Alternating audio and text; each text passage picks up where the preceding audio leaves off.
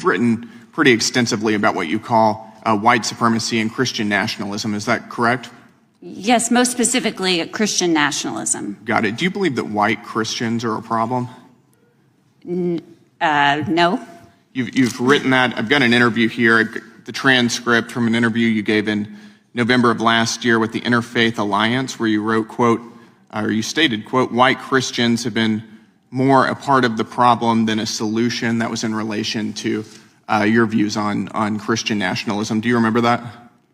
Yeah, so I'm including myself, right? I am a white Christian, and I'm saying that white Christians... That's because of views on Christian nationalism, is that right? Yeah, so... Okay. Did you know that 34% of black Americans support quote-unquote Christian nationalism, and that number is 30% for white Americans? I think that Christian nationalism is an ideology that every racial group, every religious group embraces or rejects to different extents. Do you think that black Christians are also a problem?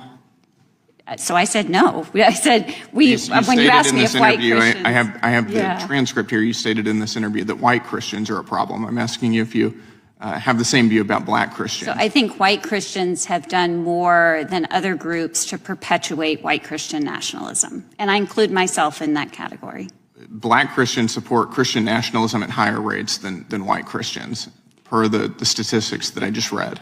So Christian nationalism is an ideology that all different groups can reject, and I think that's one social service. I got it. Survey. No. What my understanding is that the categorical condemnation only applies to white Christians and not to black Christians. That seems to be your testimony. So most of my work is working with white Christian communities. We've got limited time. I know, and I asked you about both, but we've got limited time, so I want to move on here. I just wanted to clear that up to make that very clear for everybody listening.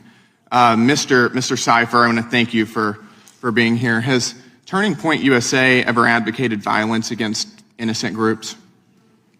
Never. Have they ever as an institution, harbored racial animus against any group? No. In fact, it was quite the opposite. Charlie would always say, disagreements come to the front.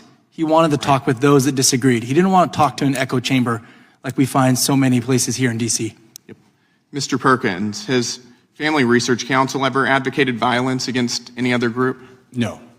Have they ever advocated racial animus or any other type of animus against any other group? No, to the opposite. Got it. And Mr. O'Neill, I'll end with you because we're trying to go quickly here. But why do you think that the SPLC labels or has labeled TPUSA and the Family Research Council as hate groups? They're effective organizations on the opposite side of the SPLC on various political and ideological issues. You know, this isn't about Christianity anymore. It's about targeting one race of Christians while pretending it's all about ideology. Come on, when you only call out white Christians as the problem, even when the data shows others supports the same ideas at similar or higher rates, you're not fighting nationalism. You know, you're practicing anti-white bigotry. Period. There's nothing else. Right? The witness couldn't apply her own standard evenly. And that's what makes this such a perfect exposure. You know, what do you think about this video? Drop a comment. I'm reading all of them. And don't forget to like and subscribe this video. I'm out. Peace.